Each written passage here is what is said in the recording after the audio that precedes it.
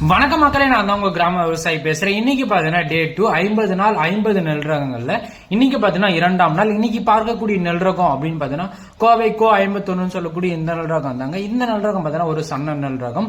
அது மட்டும் இல்லாம ஒரு குறுகிய கால நெல் ரகம் கூட. இதனோட வயது அப்படின்னு பாத்தீங்கன்னா 100 நாள்ல இருந்து ஒரு 105 நாளுக்குள்ள உங்களுக்கு அறுவடைக்கு வந்துடும். இது பாத்தீங்கன்னா ஒரு ஷார்ட் டூரேஷன் பீரியட்ல தான் இந்த நெல் ரகம் அறுவடைக்கு வந்துடும். அது மட்டும் இல்லாம வறட்சி தாங்கக்கூடியது. விதை அப்படின்னு பாத்தீங்கன்னா 1 ஏக்கர் நடவு செய்யணும் அப்படின்னு பாத்தீங்கன்னா 30 கிலோ விதை இருந்தாவே போதுமானது. நீங்க 1 ஏக்கர் கொள்ளல உள்ள நிலத்தை நீங்க நடவு செஞ்சிடலாம். அது மட்டும் இல்லாம நடவு செய்யும் பட்டன்றது எல்லா ரகத்துக்குமே முக்கியம். அதுல இது எந்தெந்த பட்டங்கள்ல நடவு செய்யலாம் அப்படின்னு பார்த்தீங்கன்னா தாளடி, நவரை, குருவை, சொர்ணவாரி ஆகிய 4 பட்டங்கள்ல இந்த நெல் ரகம் பார்த்தீங்கன்னா ரொம்பவே சூட்டபிளா இருக்கும். நீங்க நடவு செய்யலாம்.